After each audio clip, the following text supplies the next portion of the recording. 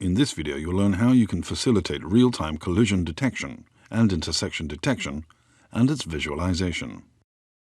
This knowledge will allow you to create better setups and easily find potential problems with intersections. A recently added feature is that the collision detection is now done in real time.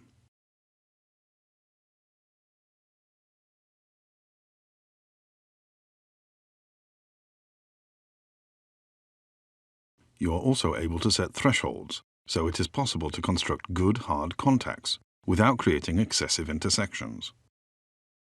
Teeth movements will be limited by the threshold, and the selected tooth will be highlighted with a blue color. You will notice the values of the intersections are shown, along with the minimum distance between the teeth. This allows you to adjust that distance without having to rotate models excessively, or search for them using the cross-section tool.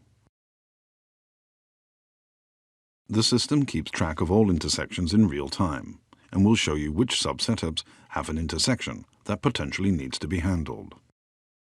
In the overview list of setups and sub-setups, a red exclamation mark is displayed next to those that have intersections.